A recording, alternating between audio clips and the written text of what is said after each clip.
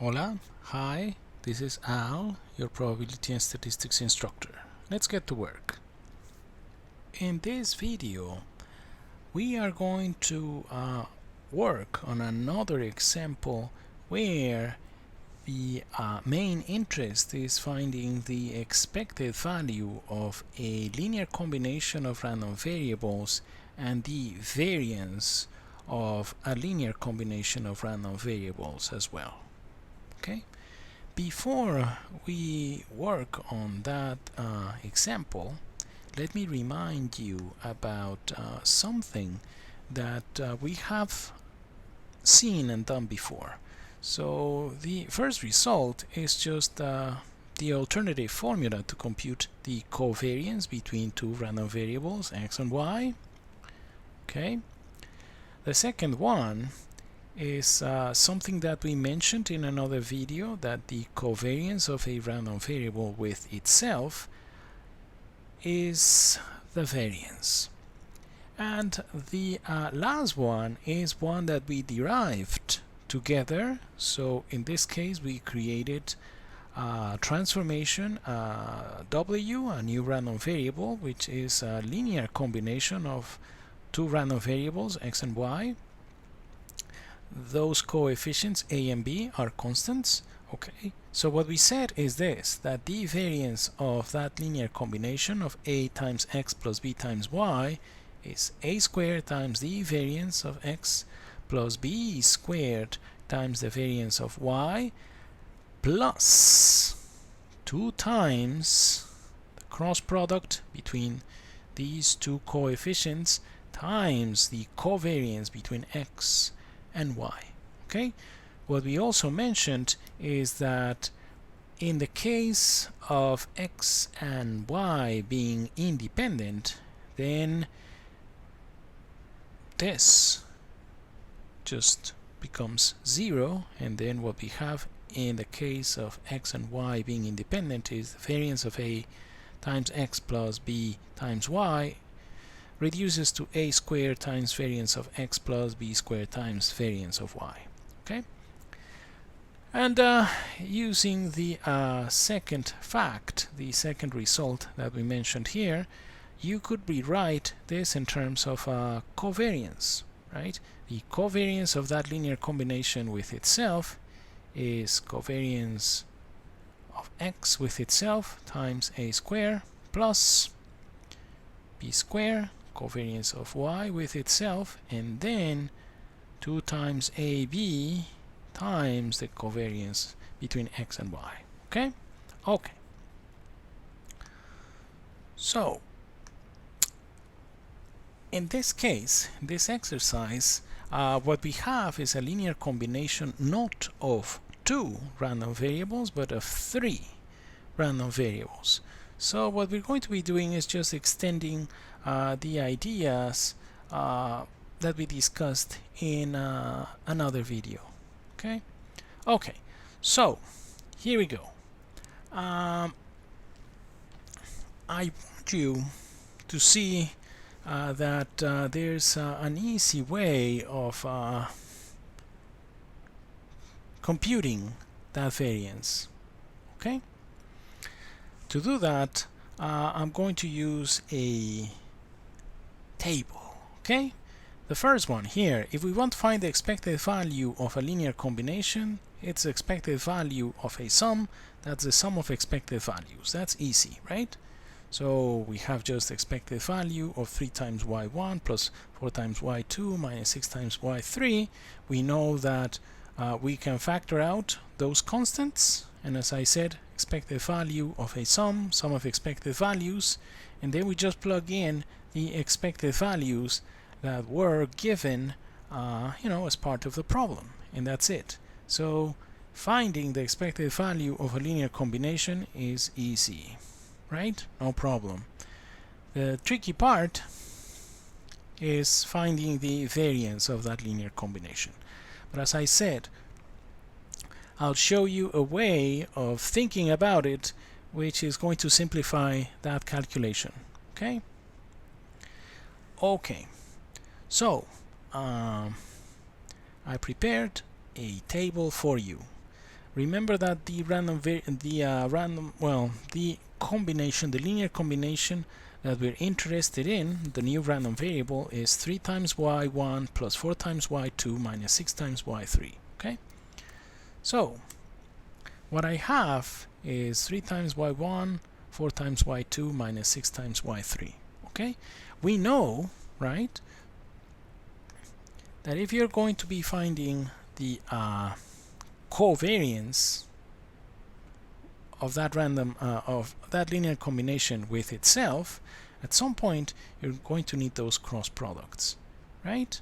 So let me show you this. Okay,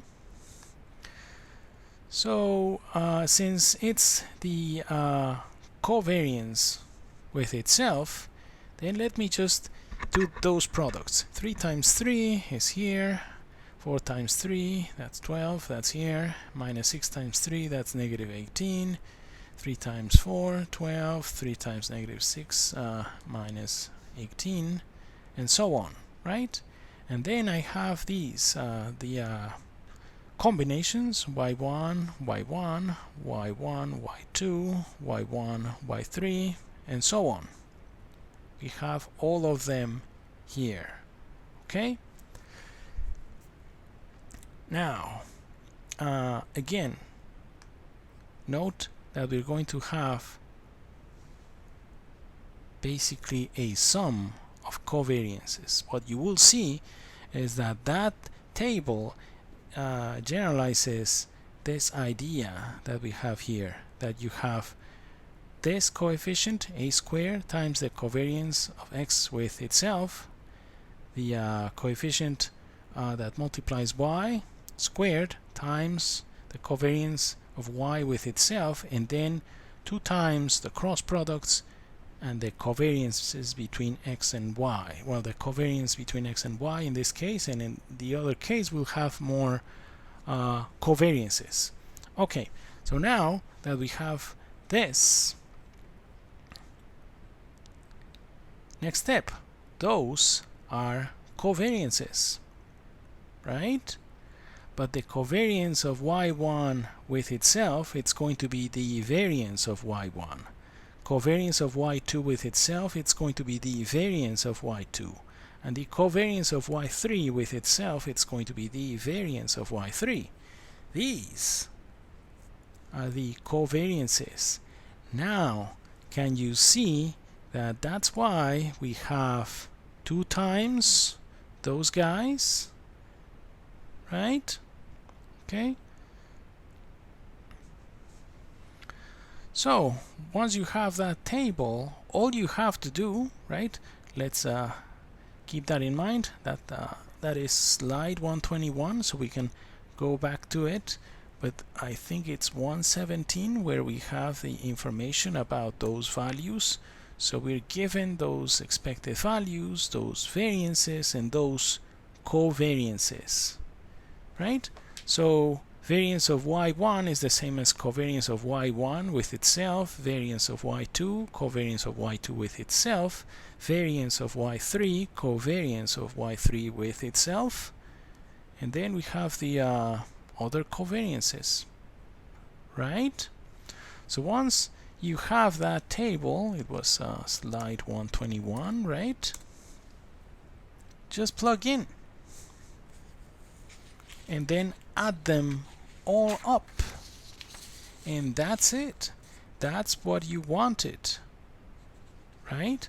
So here on the next one, I substituted, being very specific, that the covariance between y1 and y1 is the variance, right? So on the diagonal, we're going to have variances of diagonal covariances, but we're going to have each of those covariances twice, right? And we are multiplying, those coefficients, right? Also.